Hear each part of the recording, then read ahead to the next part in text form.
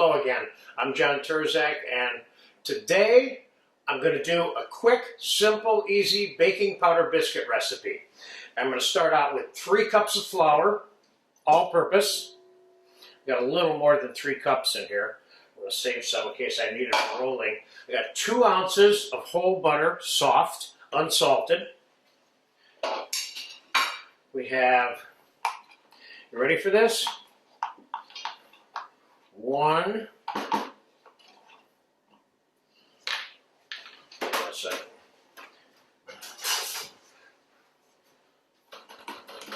baking powder is not loose in here. 2, 3, 4 tablespoons of baking powder. That sounds like a lot, but it's not. 3 whole extra large eggs.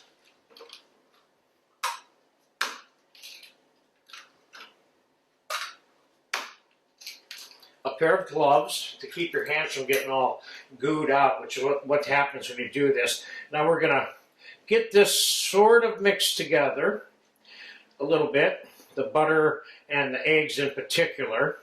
And then we're going to thin this out with cream.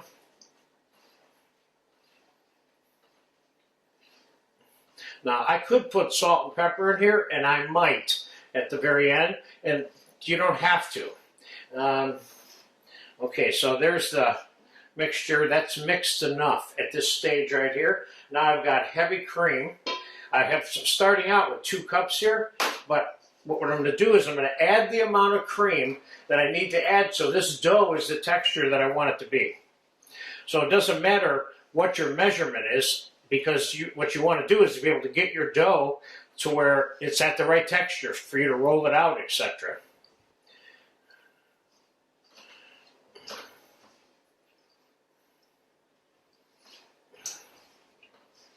Okay, let's put the balance of that little bit of flour in there.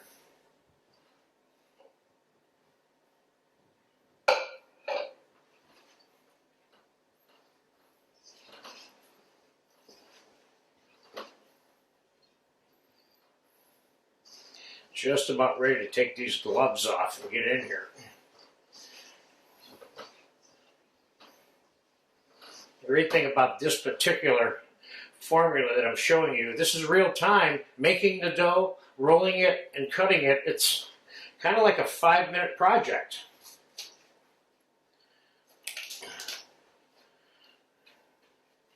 Let's get these off, and let's put a little bit of that salt and pepper in there now.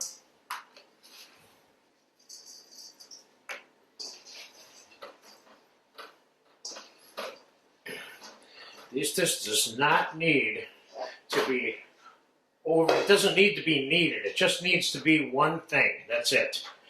I'm just making sure it's all mixed here. And I don't even have to roll it out to get the biscuit dough to where I want it. I just pushed it out. I'm going to let these sit on top of the stove for about ½ an hour before we pop them into a 325 oven and cook them slowly. So we ended up with about 1 cup of cream in there. The other great thing about this particular dough, besides the fact that it's foolproof in terms of baking light and perfect every time, is you can continue to just do what I just did with the scrap until all the dough's used up.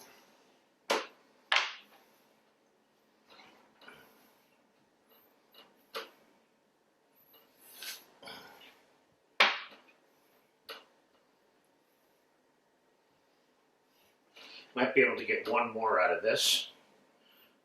That's it. Okay, so I'm going to let this sit on top of the stove right here for a little while. I want it to kind of, what's the word I'm looking for? I want it to lighten up the dough a little bit. I don't want it to go rising. I'll bring it back in about 30 minutes. We'll take a closer look at it, then we'll pop it in the oven. So I'll see you in 30 minutes. All right, it's been about 45 minutes. This has been sitting on top of the oven, the raw baking powder biscuits. My oven's been on, so I got a little teeny bit of heat going on up here, which is what you want. And these biscuits are softened up and are not cold anymore, which is exactly what I want. Now we're going to pop them in a nice low temperature oven of 325, and we're going to bake them off. Then later in another class, we're going to make some cowboy Benedicts out of them and eat them with sausage gravy. But I'll be back when they're done. It's probably going to be another half an hour, okay? All right, the biscuits have been baking about a half an hour. Now pull them out. They got a little bit browned on top, which is fine. And they look good. You'll notice they're not stuck to this pan at all. You know, baking powder biscuits look so many different ways. With so many different cooks that make so many different recipes.